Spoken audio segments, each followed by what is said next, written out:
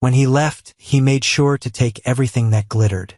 The life we had built together, or rather, the life I had paid for while he dreamed, was dismantled piece by piece. He took the flat-screen TV, the leather sofa that still smelled new, the savings account I had so carefully nurtured. He even took the dog. But in his rush to strip me of a future, he forgot about a past I barely remembered myself. He forgot about a derelict barn, tied to a collapsed farmhouse, on a piece of forgotten land my father had hidden in my name. And what I found there wasn't just about reclaiming what was lost. It was about discovering what was meant to be found all along. If you've ever had to start over from scratch, with nothing but the clothes on your back and a hole in your heart where your trust used to be, then this story is for you. Go ahead and hit that subscribe button, because we're going to talk about what it really means to rebuild from the ground up. The first week was a blur of gray. The color of the city sky, the color of the worn-out sofa I was sleeping on in my friend Sarah's apartment, the color of the feeling inside my chest. Numbness. It was a strange kind of shield. The pain was there, a vast, cold ocean beneath a thin sheet of ice, but I couldn't let myself break it. If I did, I knew I would drown. I was 23 years old, and I felt like my life had already ended. 2 years with Marcus had hollowed me out, leaving behind a shell that looked like a person but felt like a vacant building. He had been my son, and when he left, he took all the light with him, plunging me into a perpetual twilight of self-doubt and regret. Every morning I'd wake up to the sound of Sarah getting ready for work, the smell of her coffee a ghost of a life I used to have. She was kind, a quiet pillar of support who never pushed, never pried. She just left a mug for me on the counter and a sticky note on the fridge that said something like, "You got this?" or "One day at a time." I didn't believe her. Not really. But the gesture was an anchor in the swirling chaos of my thoughts. The rest of the day I would drift.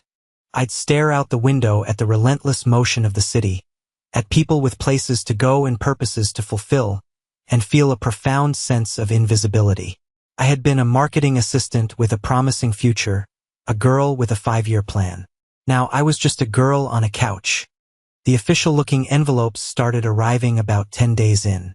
Sarah would bring them in from the mailbox, her expression a mixture of pity and concern. They were forwarded from my old address, the apartment Marcus was probably already sharing with someone new. The first was a final demand from the credit card company for a card he'd taken out in my name. The second was a notice from a collections agency for a personal loan I hadn't even known existed. Each one was a paper cut to my soul, a reminder of how thoroughly I had been betrayed. He hadn't just stolen my money. He had stolen my name, my credit, my good standing in a world that runs on trust. The system, that faceless, bureaucratic giant, was coming for me. Its footsteps were the rustle of stiff paper. Its voice the cold, printed threats of legal action. I was being crushed not by a villain I could confront, but by the weight of a system I had no power to fight. I would stack the envelopes on the corner of the coffee table, unopened. I couldn't bear to look at them. They were monuments to my own stupidity, my own willful blindness. I had loved him so completely that I had handed him the keys to my entire life, and he had driven it straight off a cliff. The shame was a physical thing, a hot, heavy blanket that made it hard to breathe. I was drowning in it. Then, one Tuesday afternoon, another one arrived. This one was different. The envelope was thick, cream-colored, and expensive feeling. The return address was a law firm, Abernathy, Wallace, and Finch, in a town I hadn't heard of in 15 years, Silver Creek. The name was a whisper from another lifetime, a place connected by a fragile thread to my father. He had died when I was 13, a sudden heart attack that had ripped the world out from under my mother and me. He was a quiet man, an accountant who loved fishing and old maps. My memories of him were vivid but fragmented, like snapshots in a half-forgotten album. Silver Creek was a place he'd mentioned once or twice, a town near where he'd grown up. My fingers trembled as I slit the envelope open. The letterhead was embossed, the paper crisp. It was addressed to me, Chloe Daniels. It stated, in cold legal language, that I was the sole beneficiary of the Silver Creek Homestead Trust, established by my father, Robert Daniels. According to their records, the trust had dissolved automatically on my 21st birthday, transferring full ownership of the property at 412 Ridge Road directly to Maine. I was now 23. For 2 years, I had owned a piece of land without even knowing it. My heart hammered against my ribs. Felt impossible, a mistake. My father had left nothing behind but a small life insurance policy that had barely covered the funeral and kept my mother afloat for a year. He was a man of modest means. The idea that he had owned property, that he had left it for me, felt like a fantasy. The letter went on. It was a final notice. Because the trust had been dissolved and the property was now in my name, I was responsible for the property taxes. They had gone unpaid for 2 years. The county had issued a tax lien, and the property was scheduled to be sold at public auction in 30 days. The total amount due, including penalties and interest, was $4,782. I laughed, a dry, humorless sound that scraped my throat. For $1,000. I might as well have needed 4 million. I had exactly $112 in my checking account, and a mountain of debt that grew larger with every unopened envelope. The letter was just another cruel joke in a long line of them. A ghost of a gift, snatched away before I could even touch it. But something kept me from throwing it away. A name. 412 Ridge Road. It was a solid thing in a world that had become liquid and uncertain. Place. An address that belonged to me even if only for a few more weeks. My father had done this. For some reason, this quiet, careful man had bought a piece of the world and put my name on it. He had created a secret, a mystery, and left it for me to find. I looked at the phone number at the bottom of the letter. My hand was shaking, but I picked up my phone. I had to know. I had to hear a human voice confirm that this wasn't some elaborate, painful mistake. I dialed the number for Mr. Abernathy. After 2 rings, a calm, steady voice answered. Abernathy. Hello, I stammered, my voice barely a whisper. My name is Chloe Daniels. I received a letter from you about a property in Silver Creek. There was a pause, the sound of papers shuffling. Ah, yes, Ms. Daniels. We've been trying to reach you for some time. The notices were being returned. I moved, I said, the understatement of the century. I'm sorry, I don't understand any of this. My father, he didn't have any land. He did, Mr. Abernathy replied, his tone pragmatic and even. He purchased it 16 years ago, a small parcel about 5 acres with a farmhouse and a barn. He put it into a revocable trust with you as the sole beneficiary. The terms were specific. It was to remain in the trust, managed by our firm, until your 21st birthday, at which point all assets would transfer directly to you. It was designed to be a clean transfer, no probate, no complications. But why? My mind was reeling. Why wouldn't he tell me? Or my mother? His instructions on that matter were also quite specific, Ms. Daniels, the lawyer said, a hint of professional sympathy in his voice. He stated that the trust was to be a contingency, his words. He wanted you to have something that was yours and yours alone, a foundation separate from everything else in your life, in case you ever needed one. He stipulated that we were not to make contact until the transfer was complete, in case I ever needed one. The words hit me like a physical blow. I leaned my head against the cool glass of the window, the city lights blurring through a sudden film of tears. He had seen this somehow. Not the specifics, not Marcus, not the debt. But he had understood that life could knock you down. He had known that his daughter might one day find herself with nothing. And from across the years, from beyond the grave, he had prepared a safety net. A broken down, tax-delinquent safety net, but a net all the same. The taxes, I said, my voice thick. The auction. Yes, he said. That is the unfortunate reality. The county is not sentimental. You have until the 15th of next month to pay the arrears in full. If you cannot, it will be sold to the highest bidder. I closed my eyes. It was hopeless. And yet, a tiny, defiant spark flickered to life in the cold darkness of my chest. For 2 years, I had been defined by what Marcus had done to me. I was the girl who got left, the girl who got cleaned out, the victim. But this was different. This was from my father. This was mine. It was the only thing in the world that was. What's on the property now? I asked. I haven't been out there in years, Ms. Daniels, Mr. Abernathy said. But the last report I saw wasn't promising. The farmhouse was already in a state of collapse a decade ago. I believe the barn was still standing. It's rural, quite isolated. A barn. The word hung in the air. A barn on 5 acres of land that belonged to me. It was a preposterous, ridiculous, impossible idea. And it was the first thing that had made any sense at all. For 3 days, the idea fermented in my mind. It was a seed of madness or maybe hope. The two felt indistinguishable. Sarah watched me, her brow furrowed with worry as I paced her small living room. The letter from Mr. Abernathy clutched in my hand. "Chloe, what are you thinking?" she finally asked one evening, handing me a bowl of pasta I had no appetite for. "I'm going to go see it," I said. The words came out with more certainty than I felt. Go see what? A pile of rotten wood you can't afford to keep.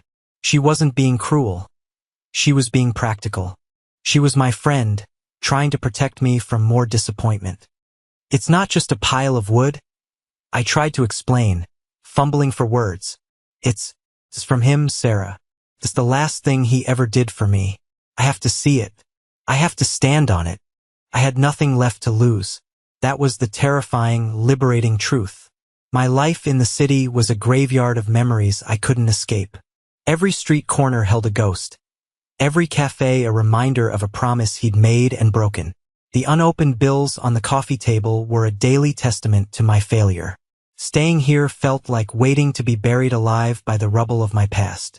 This trip, this insane pilgrimage to a place I'd never been, was the only thing that felt like moving forward. Or at least moving somewhere else. The bus ticket cost me $84, a devastating chunk of my remaining funds. The journey was a slow, grinding transition from one world to another. I watched the gleaming skyscrapers of the city shrink in the grimy window of the Greyhound, their sharp, arrogant lines softening into a distant, hazy mirage. We moved through sprawling suburbs, then anonymous stretches of highway, and finally onto smaller county roads that wound through rolling hills and farmland. The landscape became greener, emptier. The relentless energy of the city was replaced by a vast, intimidating quiet. I spent most of the 7-hour ride with my forehead pressed against the glass, the vibrations of the bus a constant hum against my skull. My fellow passengers were a collection of quiet lives in transit. A young mother trying to soothe a restless baby, an old man in a worn-out baseball cap staring blankly ahead, a group of college kids laughing too loudly in the back. Each of them had a destination, a reason. Mine felt like a question mark. My internal monologue was a frantic tug-of-war between hope and despair. One moment, I would imagine a charming, rustic barn that I could fix up, a place where I could breathe and heal. The next, my mind would conjure images of a dangerous, collapsing structure filled with rats and rot. Another dead end. Another monument to a hope that was foolish and naive. I was chasing a ghost, a memory of a father I barely knew, on the word of a lawyer I'd never met. What if there was nothing there? Or worse, what if what was there was just another burden? Another problem I couldn't solve. Fear was a cold knot in my stomach. The fear of the unknown was sharp, but it was the fear of disappointment that was truly agonizing. I had so little hope left, a single flickering candle. I was terrified this trip would be the gust of wind that extinguished it for good. As the sun began to set, casting long, golden fingers across the fields, the bus pulled into Silver Creek. It wasn't so much a town as a crossroads with a few buildings clustered around it. A gas station with a rusty sign, a diner with a flickering neon open light, a post office, and a handful of storefronts, most of them dark and empty. The air that hit me when I stepped off the bus was different. It was cool and clean, smelling of damp earth and pine, a stark contrast to the city's exhaust-choked atmosphere. The silence was absolute, broken only by the chirping of crickets. There was no taxi service. The station agent, a woman with a kind, tired face, told me Ridge Road was a good 5 miles out. Not much out that way anymore, she said, eyeing my small backpack. You got someone picking you up? No, I admitted, feeling a fresh wave of panic. I was hoping to walk. She gave me a look that was part pity, part disbelief. Then she sighed and picked up a phone from behind the counter. Earl, she said into the receiver. Got a young lady here, needs a ride out past the old Miller place. Yeah, Ridge Road. She'll pay you for your gas. She hung up and looked at me. My brother. He'll be here in 10 minutes. Drives a blue Ford pickup. Don't worry, he doesn't talk much. Earl was exactly as advertised. A man in his 60s with a face as weathered as a barn door. He grunted a greeting and threw my backpack in the truck bed. We drove in silence, the truck rattling down a paved road that soon turned to gravel. The last light of day was fading, and the woods on either side of the road seemed to press in on us, dark and mysterious. You from around here? He finally asked, his voice a low rumble. No. My father was a long time ago. He nodded, his eyes on the road. Not many people come back. Most are trying to get out, he pointed ahead. That's Ridge Road. Where to? For 12, I said, my voice small. He shot me a quick, surprised glance. The old Daniels place? Hasn't been anyone out there in 20 years. Place is a ruin. My heart sank. I know. It's mine now. He didn't respond, just made the turn onto an even rougher, unpaved track. The truck bounced and jostled over deep ruts. After another half a mile, he slowed to a stop. This is it. I looked out the window, and my breath caught in my throat. Before me was a scene of profound decay. A thicket of overgrown weeds and thorny bushes choked what might have once been a front yard. Through the tangled mess, I could see the skeleton of a house. The roof had caved in, and the walls had slumped, leaving a jagged, skeletal ruin that looked like the remains of a forgotten beast. It was worse than I had imagined. It was a grave. But then I saw it. Beyond the carcass of the house, set back on a small rise, was the barn. It was huge, far larger than I had pictured. Its wood was a deep, weathered gray, streaked with moss, but its lines were still straight and true. The roof, though patched with rust-colored tin in places, was intact. While the house had surrendered to time, the barn had endured. It stood against the deep purple of the twilight sky, not as a ruin, but as a sentinel, silent, waiting. Thanks for the ride, I said to Earl, my voice hoarse. I handed him a $20 bill, most of what I had left for food. He hesitated, then pushed it back toward me. Keep it. You're gonna need it more than I do. He looked from me to the barn and back again. Good luck, kid, he said, and for the first time, I saw a flicker of something like compassion in his eyes. He put the truck in reverse and backed down the track, leaving me alone in the deepening darkness. I stood there for a long time, the silence of the countryside settling around me like a heavy blanket. The air grew cold. A sliver of moon rose over the treetops, casting a pale, ethereal light on the scene. Disappointment was a bitter taste in my mouth. What was I doing here? This wasn't a foundation. It was a wasteland. The house was unsalvageable.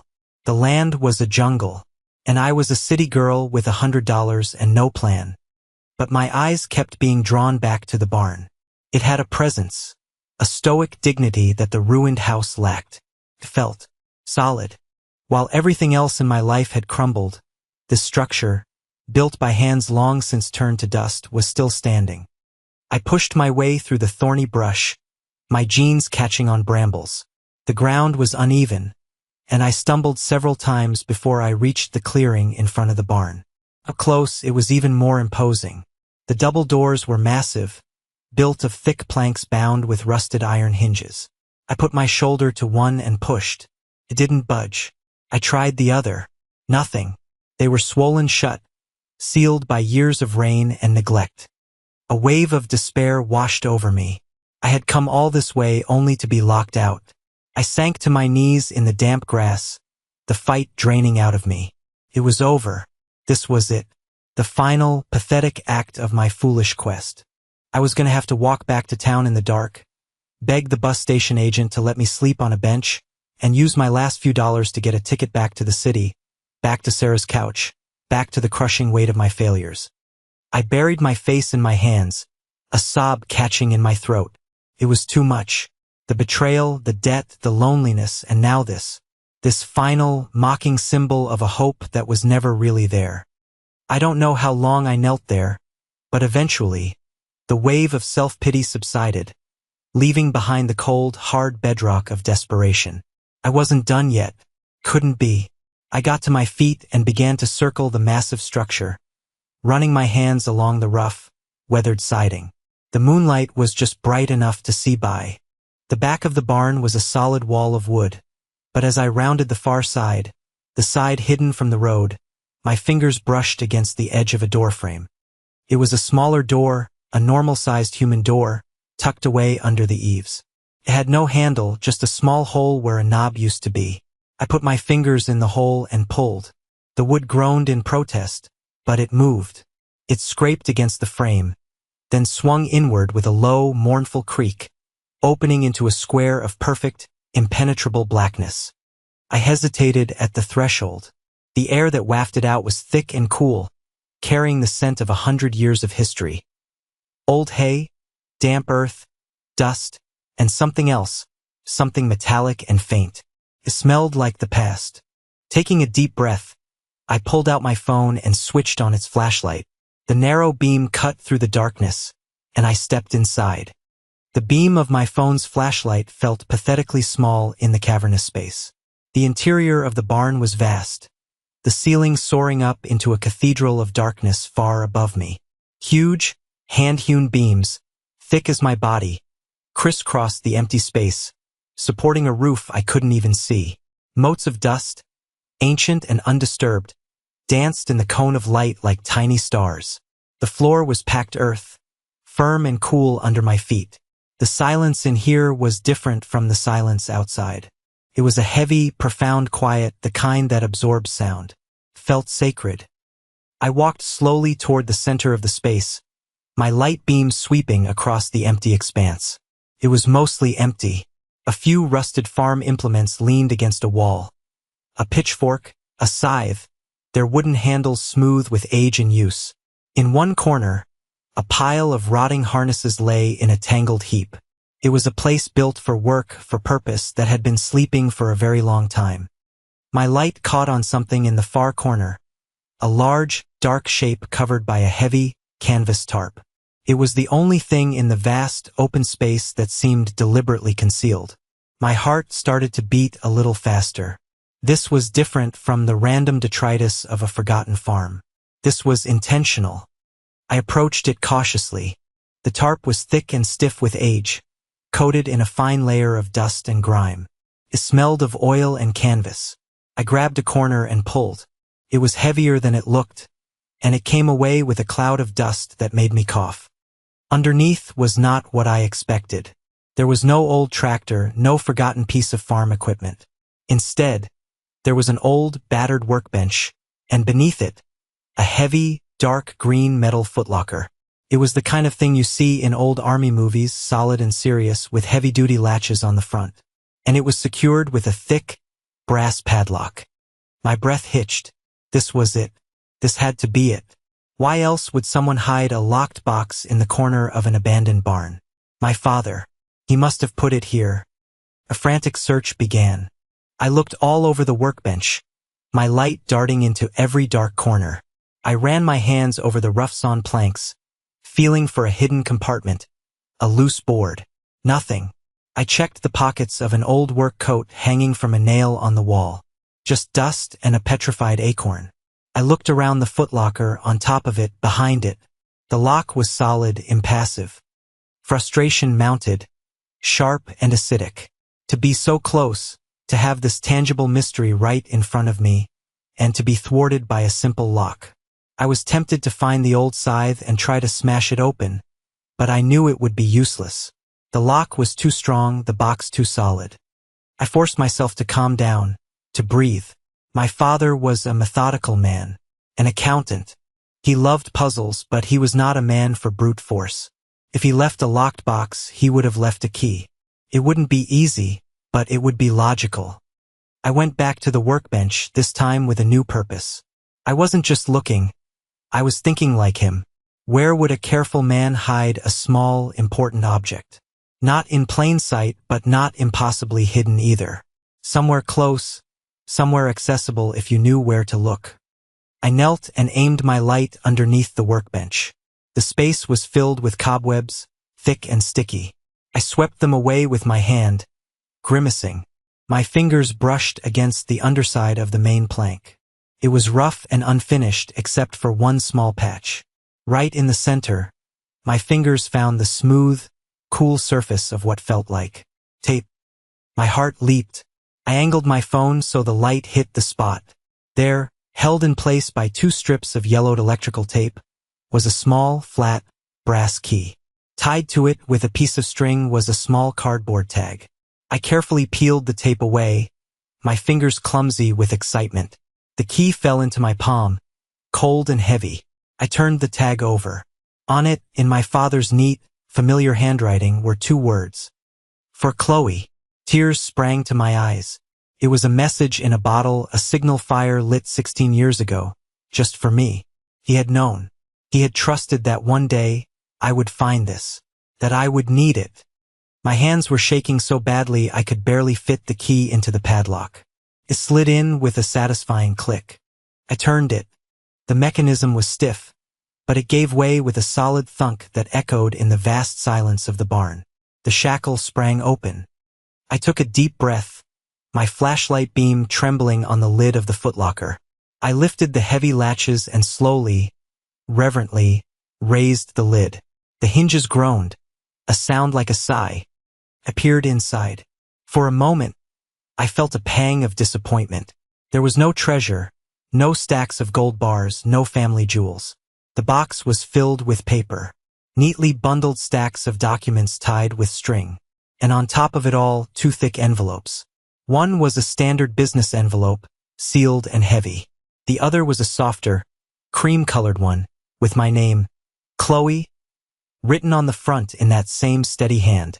Next to the envelopes was a small, heavy object, carefully wrapped in a piece of dark blue velvet. I reached in and picked up the cream-colored envelope. My name, written by him, felt like he was in the room with me. I sat down on the dusty floor, my back against the cold metal of the footlocker, and carefully broke the seal. Inside were several pages, filled with his dense, slightly slanted script. I angled my phone to get the best light and began to read. My dearest Chloe, it began. If you are reading this, then 2 things have happened. First, you have found your way to this old barn, which means you are at least as clever and stubborn as I always hoped you would be. Second, it means that you needed to. And for that, I am so sorry. I bought this place for you the year you turned 7. You had just lost your first tooth and you were terrified of the tooth fairy, convinced she was a thief. You hid the tooth in your little jewelry box and slept on it. You wanted to protect what was yours. I was so proud of you. I saw in you a strength, a fierceness, that I worried the world would try to knock out of you. I wanted you to always have a place to hide your treasures, a place that was yours and yours alone, that no one could take away. I know this place isn't much to look at. The house was a ruin even when I bought it. But the barn is strong. The bones are good. I always thought of it as a foundation, something to build on, or just a place to stand when the ground is shaking everywhere else. I am writing this because my time is running short. My heart is not as strong as it used to be, and there are things I never had the courage to tell you or your mother. I have made mistakes in my life, Chloe. I wasn't always the quiet, steady man you knew. I took risks I shouldn't have, trusted people I shouldn't have. I lost a lot of money once, a long time ago, in a bad investment. It nearly broke us. I spent the rest of my life trying to be safe, to be careful, to make up for it. Maybe I was too careful. Maybe I was just scared. This place, this trust, was my one last gamble. A secret investment in you.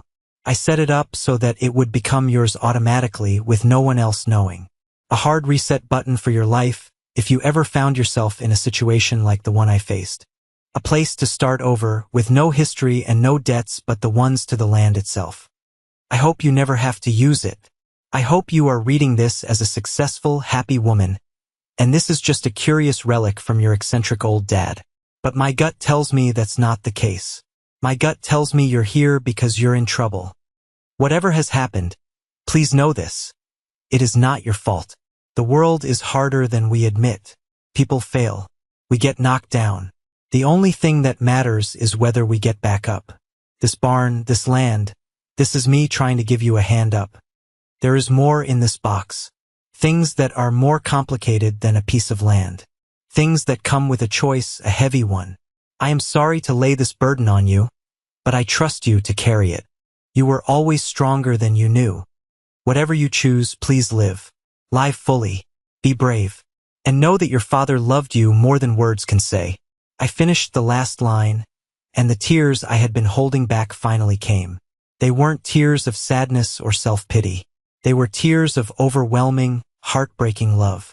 I cried for the father I had lost, for the man I was only just now getting to know. I cried for the secret he had carried, for the fear he must have felt. And I cried with a profound sense of gratitude for this impossible gift, this message of love sent across time and space, delivered to me in my darkest hour. He saw me.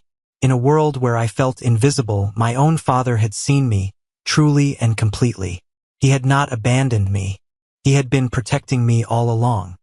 I sat there for a long time, the letter clutched in my hand, the dusty air of the barn filled with the ghost of his presence. The numbness that had encased my heart for weeks began to crack. And through the cracks, something new and fragile began to push its way out. Felt like hope.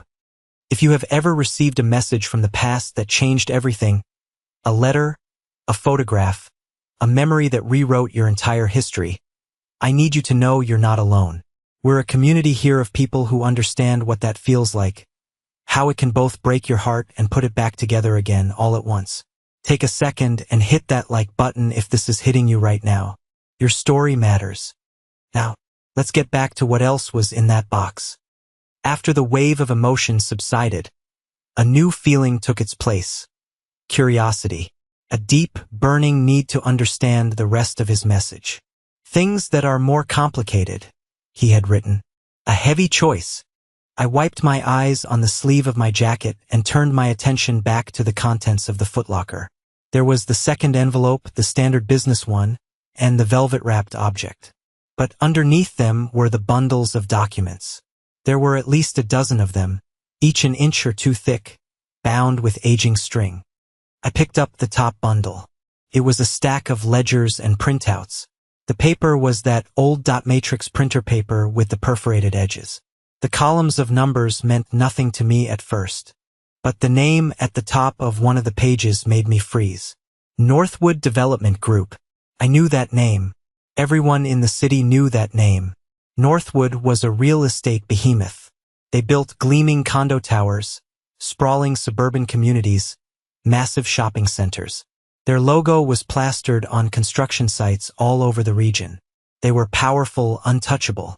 And they were the company my father had worked for as a mid-level accountant for the last 10 years of his life.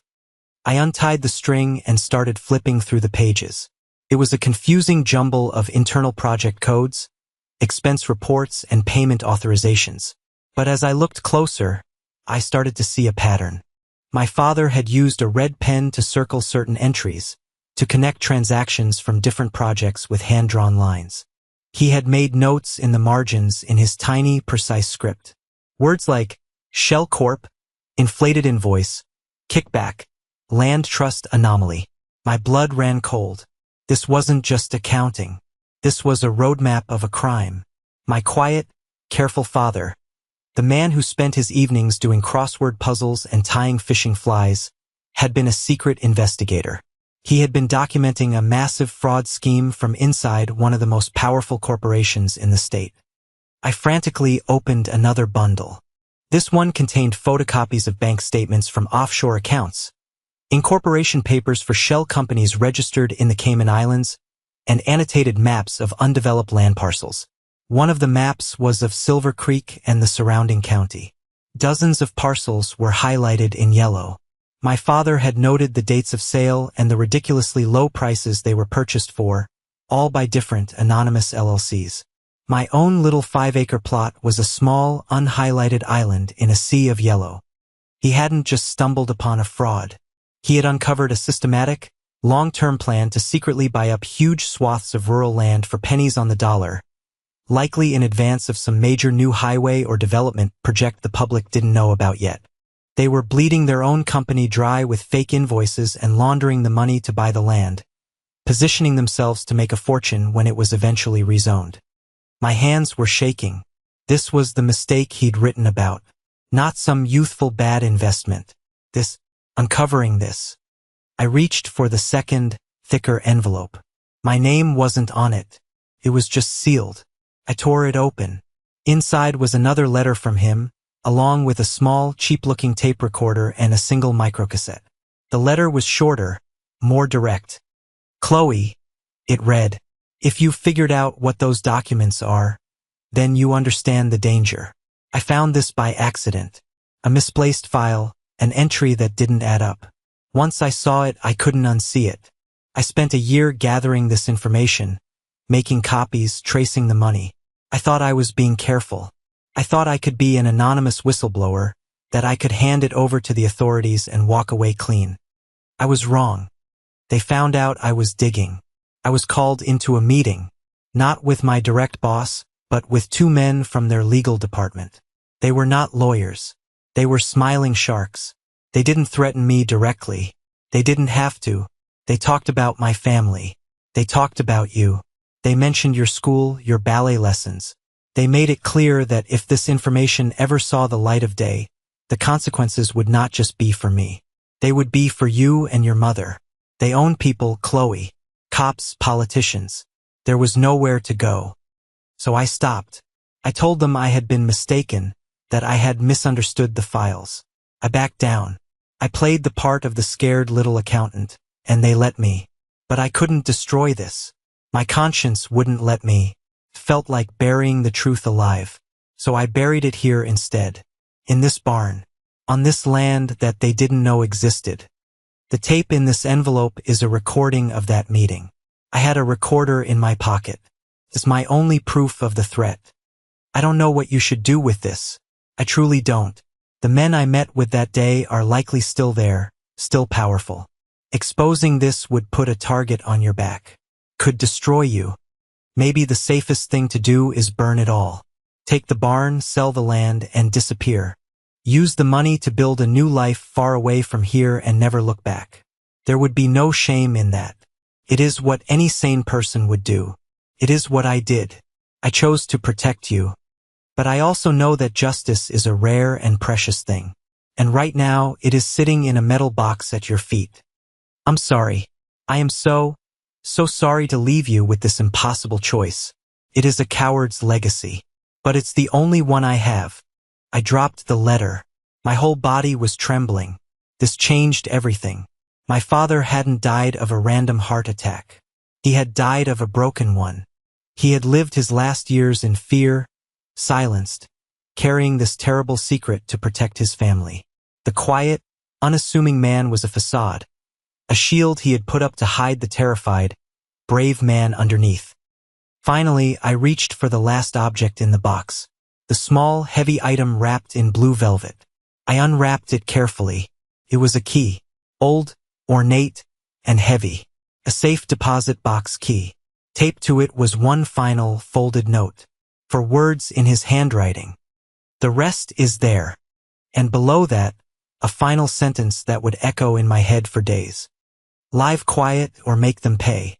The choice is yours, Sweet Pea.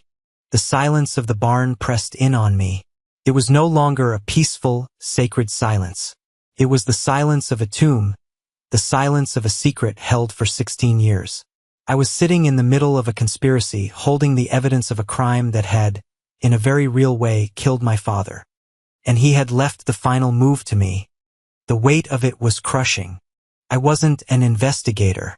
I wasn't a hero. I was a broke, heartbroken 23-year-old hiding from debt collectors. Marcus had taken my money and my dog. These people, Northwood Development, had taken my father's life.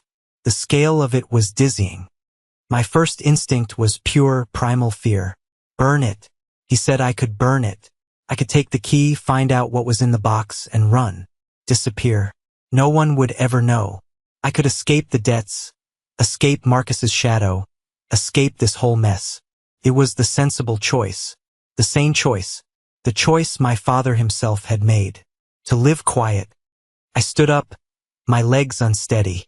The beam of my phone cut a nervous, twitching path across the floor. I imagined it. A small fire in the middle of the packed earth floor. The ledgers turning to ash, the tape melting, the truth vanishing into smoke.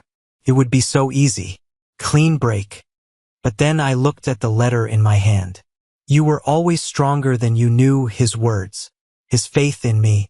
He had backed down to protect me. He had lived his last years in a prison of fear for my sake. If I burned this evidence, I wasn't just choosing safety. I was validating the threats of those men in suits. I was letting them win. I was letting them get away with what they did to him. I sank back to the floor and I broke. The grief I felt for my father was a raw, physical agony. But it was tangled up with a new emotion. Rage. A cold, hard fury that burned away the fear. They had silenced him. They had taken his voice, his courage, his life. They were not going to do the same to me. I sat there for hours as the moon climbed higher in the sky. The footlocker opened before me like a wound. I thought about Marcus and his petty thievery. It was humiliating, painful. But this was different. This was systemic. This was evil. Marcus had stolen my possessions. Northwood had stolen my father's soul. The choice became clearer and clearer as the night wore on. Living quiet felt like a betrayal. Felt like dying alongside him. The other path, the path of fighting back. It was terrifying. It was a dark, unknown road, but it was the only one that felt like living. It was the only way to honor the man who had secretly fought for justice and who had believed, even in his final days, that his daughter was strong enough to finish the fight. My phone buzzed, startling me. It was a text from Sarah. Are you okay? Where are you? I looked around the dark barn, at the box of secrets, at the key in my hand. For the first time in weeks, I knew the answer to that question. I typed back, I'm okay. I'm more than okay. I'm at the beginning of something. The next morning, I called Mr. Abernathy. My voice was different. The hesitant, whispery tremble was gone. It was replaced by a calm, steady resolve I hadn't felt in years. Mr. Abernathy, I said. It's Chloe Daniels. I have a few questions. Of course, Ms. Daniels. How can I help? The tax auction, I said. Who is likely to buy the property? There was a pause. Well, that's public information. The most interested party, the one who has been acquiring most of the neighboring parcels, is a holding company called Ridgeback Properties LLC. I've never heard of them, I said, my heart starting to pound. They're a subsidiary, he explained, of the Northwood Development Group. The confirmation landed like a stone in my stomach. Of course, they wanted to swallow up the last little piece of the puzzle, the tiny island my father had hidden in their sea of acquisitions. They probably didn't even know who owned it. It was just a loose end to be tidied up. Mr. Abernathy, I said, choosing my words carefully. Hypothetically, if someone wanted to pay the back taxes, what would be the absolute deadline? The close of business on the 14th of the month, he said. That's Friday of next week. $4,782. Certified check or cash only. And what if I wanted to sell to Northwood before the auction? I asked, testing the waters. Would they be interested? Oh, almost certainly, he said, his voice taking on a more practical tone. It would be cheaper and cleaner for them than the auction process. They'd likely offer you a fair market value, maybe $10,000, $15,000. It would be a quick way to resolve your tax situation and put some money in your pocket. I could even facilitate the offer for you, if you like. There it was, the easy way out. $15,000. It was a fortune. It would pay off Marcus's debts, Get me a security deposit on a new apartment. Give me a fresh start. Live quiet. The offer hung in the air, shimmering and seductive. For a moment, I let myself imagine it. The relief, the freedom. Then I thought of my father's face, the quiet sadness in his eyes that I had never understood until now. I thought of the smiling sharks in the boardroom. "No, thank you, Mr. Abernathy," I said, my voice firm. "I won't be selling. I just needed to know my options. Thank you for your time." I hung up before he could respond. The choice was made. There was no turning back. The nearest bank branch listed on the safe deposit box paperwork was in a larger town about an hour's drive from Silver Creek. Earl's sister at the bus station arranged another ride for me, this time with a chatty mail carrier who was heading that way. The key felt heavy and hot in my pocket the entire trip. The bank was an old, grand building with marble floors and teller cages made of polished brass. It felt like a temple of money. I felt small and out of place in my dusty jeans and worn-out jacket. I presented the key and my ID to a severe-looking woman behind a desk. She examined my driver's license, then the key, then me, her eyes lingering on my shabby clothes. After a long, silent appraisal, she nodded curtly and led me through a massive circular vault door into a quiet, climate-controlled room lined with thousands of small metal doors. She used her key, then mine, and pulled out a long, narrow metal box. She placed it on a small table in a private viewing cubicle and left, closing the door behind her. I stared at the box for a full minute, my heart pounding. This was the last piece of the puzzle. "The rest is there," he had written. I lifted the lid. Inside there was another tape, a backup of the meeting, and more documents, originals this time, not copies. But that wasn't what made me gasp. Underneath the papers, filling the rest of the box, were stacks of cash. $100 bills, neatly wrapped in paper bands. Counted one. $10,000. There were 10 bundles. $100,000. I sank into the chair, my head spinning. Where had he gotten this? It had to be the money he'd lost in that bad investment long ago, the money he'd finally managed to recoup, scraped together and hidden away.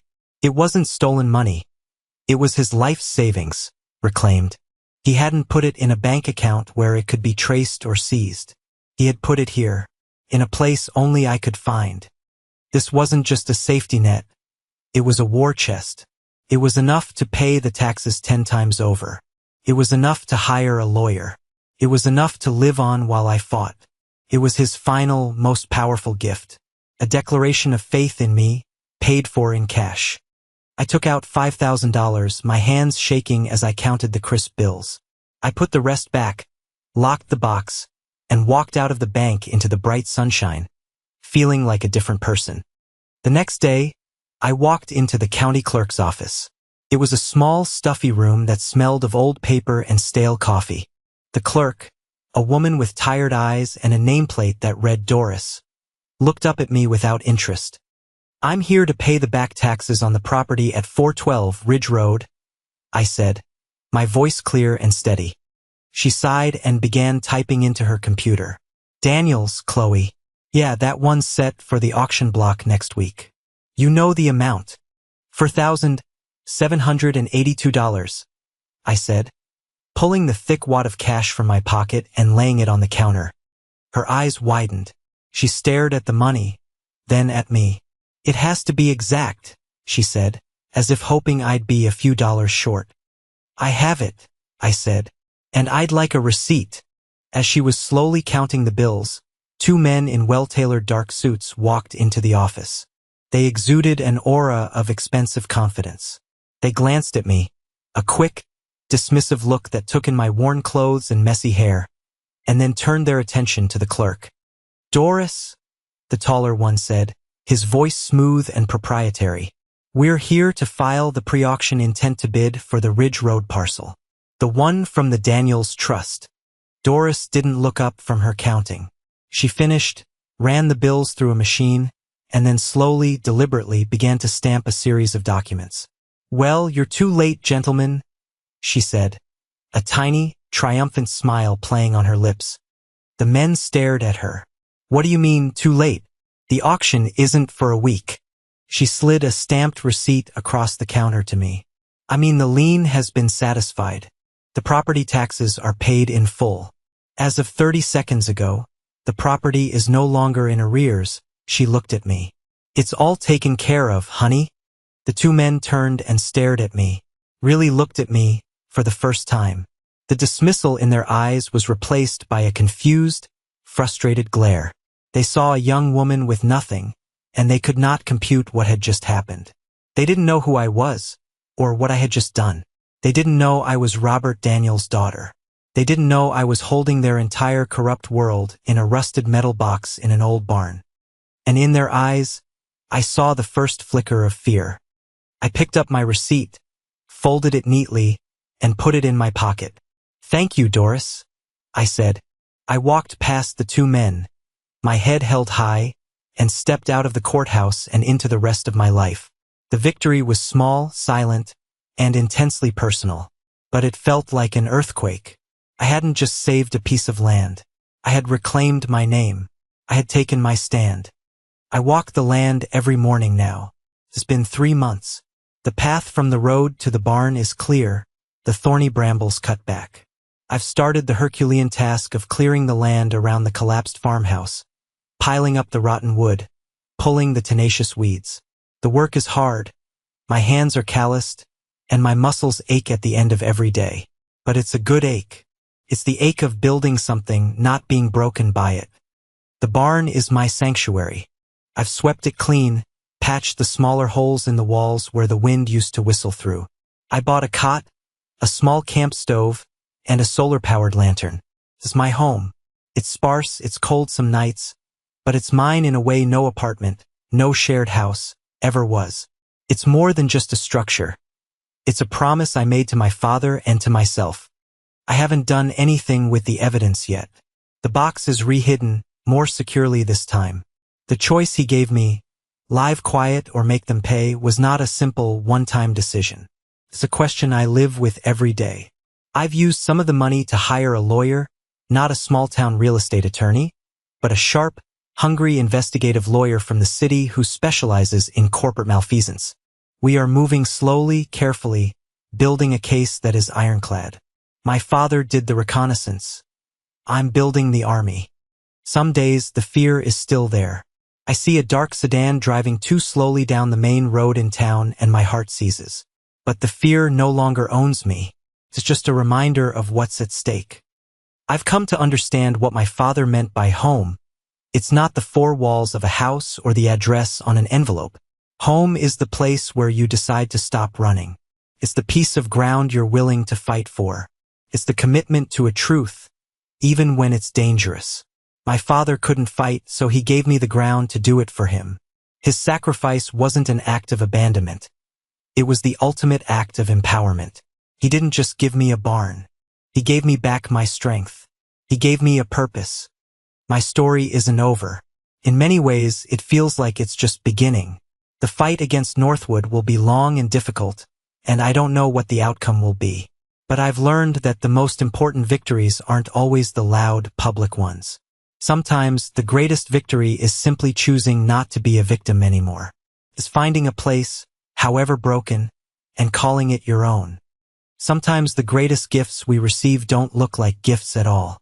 They look like hard work. They look like a collapsed roof and a field full of weeds. They look like a fight we're not sure we can win. What did this story teach you about home, or about the legacies people leave behind? Let me know in the comments below. I promise I read every single one, because your stories matter. And if you want to be part of a community that believes in second chances, that believes in fighting for what's right even when it's hard, make sure you subscribe. Because we all have a barn somewhere, a place worth fighting for. We just have to be brave enough to find it. Not the delicate bean. And the scariest thing is that Dino doesn't look tired at all. I'm dying. Okay, town street light.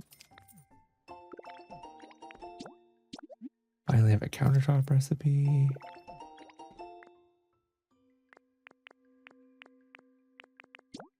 Natural wallpaper, that's nice.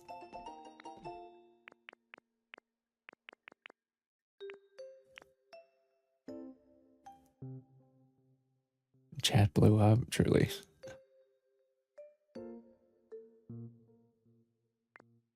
I don't know. I feel like chat didn't blow up nearly as much as when Rich made that claim. That's when it really blew up. Okay, lumber, stone, leaf, and a vine rope.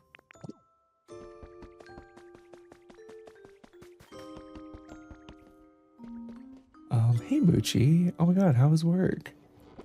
Good to see you.